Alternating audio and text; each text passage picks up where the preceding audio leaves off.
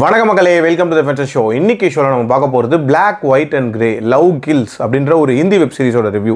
இந்த சீரிஸ் பார்த்தீங்கன்னா Sony Live OTT ஆப்பில் தமிழ் டப்பிங்கோட அவைலபிளாக இருக்குது. மொத்தமாக 6 எபிசோட்ஸ் தான். ஒரு எபிசோடுமே ஆவரேஜாக 40 to 50 மினிட்ஸ் டியூரேஷன். ஒரு சின்ன சைஸ் சீரிஸ் அப்படின்னே சொல்லுவேன். இந்த சீரிஸ் ஆக்சுவலாக சூடோ டாக்குமெண்ட்ரி அப்படின்ற மாதிரியான ஸ்டைலில் ப்ரெசென்ட் பண்ணியிருப்பாங்க.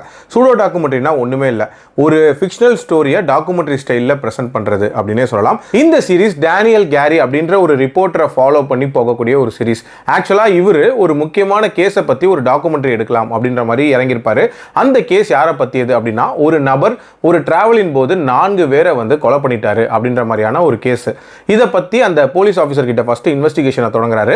இந்த பர்சன் இருப்பார்ல, சஸ்பெக்ட், அவர் ஒரு டாக்ஸி டிரைவரோட பையன், தன்னோட கேர்ள் ஃப்ரெண்டோட ஜாலியா இருக்கலாம் அப்படின்றதுக்காக அப்பாவோட காரை எடுத்துட்டு வருவாரு.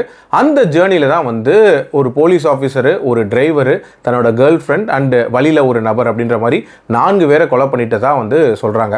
சடனா அந்த சஸ்பெக்ட் இருக்கார்ல, அவரே வீடியோல வராரு. அண்ட் நான் இந்த கொலைகள் எல்லாம் பண்ணவே இல்லை, இதுக்கு பின்னாடி பணபலமும் அதிகாரமும் இருக்கு, இந்த கொலைகள் எல்லாம் நான் பண்ணவே இல்லை அப்படின்ற மாதிரி அவரோட வெர்ஷனை சொல்ல ஆரம்பிக்கிறாரு. ஸோ இந்த 2 வெர்ஷன்ல எந்த வெர்ஷன் உண்மை, டுவர்ட்ஸ் தி எண்ட் இவங்க எப்படி கன்க்ளூட் பண்ணி முடிக்கிறாங்க அப்படின்றத இந்த சீரிஸோட கதை. எனக்கு இந்த சீரிஸோட தொடக்கத்தை பார்க்கும்போது நைட் ஆஃப் அப்படின்னு சொல்லப்படுற ஒரு இங்கிலீஷ் வெப் சீரிஸ் தான் ஞாபகம் வந்துச்சு. அந்த சீரிஸ்லயும் இதே மாதிரியான ஒரு தொடக்கம் தான். ஒரு டாக்ஸி டிரைவரோட பையன் அதனோட அப்பாவோட கார் எடுத்துட்டு ஒரு பொண்ணை பிக்கப் பண்ணிட்டு போவான். அந்த பொண்ணு மர்மமான முறையில் இறந்துருவா அப்படின்ற மாதிரி தான் போகும். இதுலேயும் அதே மாதிரியான ஒரு தொடக்கம் தான். பட் அதுக்கப்புறம் தொடர்ச்சியாக நிறைய கொலைகள் நடக்கும் அப்படின்ற மாதிரி காட்டியிருப்பாங்க. இன்ஃபேக்ட் அந்த கொலைகள்லாம் எப்படி நடந்துச்சுன்னு சொல்லிட்டு அந்த சஸ்பெக்ட் சொல்லுவார். அது சொல்லும் போதே பயங்கர ட்ராமாட்டிக்காக இருக்கும். இதெல்லாம் எப்படி சாத்தியம் அப்படின்ற மாதிரி தான் இருக்கும். பட் அதுதான் உண்மை அப்படின்ற மாதிரி அவர் அடித்து சொல்லுவார். ஆல்சோ போலீஸ் சைட்ல இருந்தும் அவன் சொல்கிறத நம்பாதீங்க, அது கம்ப்ளீட்லி ஃபேக்கு அப்படின்ற மாதிரி அவங்களோட வாதத்தையும் வைப்பாங்க. 2 சைடுமே நியாயம் இருக்கும் அப்படின்ற மாதிரி தான் தோணும். ஏன்னா சடனா அந்த பையன் ஏன் 4 பேரை கொலை பண்ணணும் அப்படின்ற ஒரு மிகப்பெரிய கேள்வியும் இருக்குதான் செய்யுது. அது மட்டும் இல்லாமல் அந்த பொண்ணோட அப்பா ஒரு பொலிட்டீஷியன் அப்படின்ற மாதிரி காட்டுவாங்க.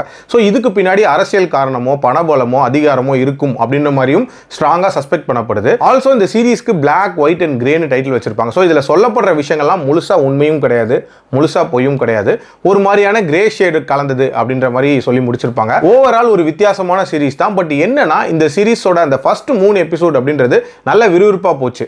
அதுக்கப்புறம் சற்று தொங்கலா தான் போச்சு அப்படின்னே சொல்லலாம். ரொம்ப நிறைய டல் மொமெண்ட்ஸ் அப்படின்றது இருக்க தான் செஞ்சிச்சு. ஸோ அதெல்லாம் இன்னும் கொஞ்சம் இன்ட்ரெஸ்டிங்காக ப்ரெசென்ட் பண்ணியிருந்திருக்கலாம். எல்லாத்துக்கும் மேலே ப்ரொடக்ஷன் வேல்யூஸ் அப்படின்றதுமே கண்டிப்பாக பெட்டராக இருந்திருக்கலாம். கொஞ்சம் பிலோ பாரா இருந்துச்சு அப்படின்னே சொல்லுவேன். மற்றபடி இந்த சீரிஸ் கண்டிப்பாக ட்ரை பண்ணி பார்க்கலாம். என்னோட ரேட்டிங் இந்த சீரிஸ்க்கு 3 out of 5. அடல் கண்டென்ட்டை பொறுத்த வரைக்கும் ஆங்காங்கே 1-2 சீன்ஸ் வருமே தவிர மற்றபடி பார்க்கலாம். மீண்டும் அடுத்த விமர்சனத்தில் சந்திக்கிறேன். நன்றி, வணக்கம்.